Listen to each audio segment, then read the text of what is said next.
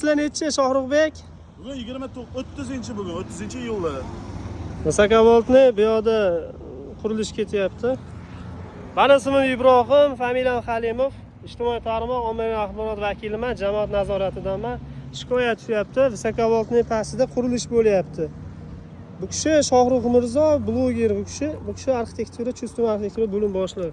Xullas bu yerda shunaqa holat bo'lyapti. Qurilishga ruxsat berganmi, bermaganmi so'rayapmiz.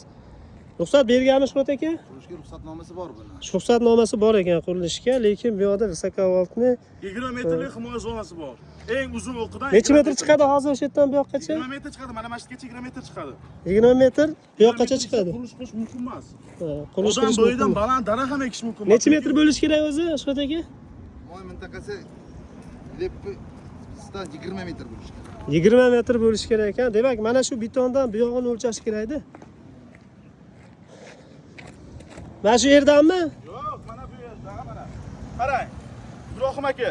Hop, Mana Visokovolt 110. 110, katta liniya. Ha, katta ekan, katta. Mana shuni eng uzun o'qi bor oyog'i. Ha.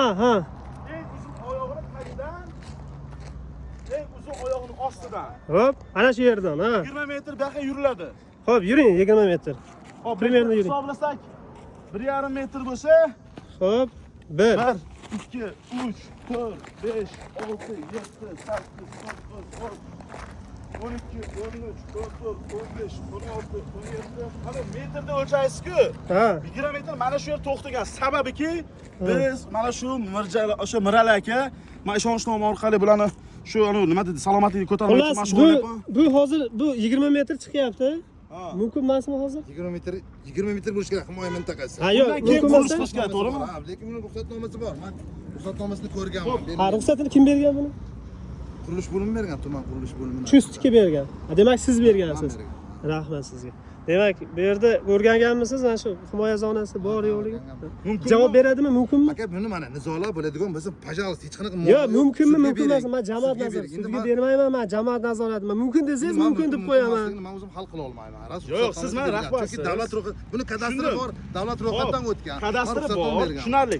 Kadastri bor, savol bermoqchiman. Просто Shohjon aka, biz o'zimizcha bilib olishimiz kerak. Qurilish bo'limida Visokovolt, ya'ni katta to'klanish tagida himoya zonasi 20 metr, 110 ni. 20 metrning ichida qurilish qilsa bo'ladimi? Himoya zonasining ichida. Himoya mintaqasini tashab qilish kerak. Tashab qilish kerak, to'g'rimi? Lekin ichida qilib bo'lmaydi. Yo'q, mana bundoq qilaylik. Mumkinmi, mumkin emasmi? Buni aka aytaman-ku, buni ruxsatnomasi bor.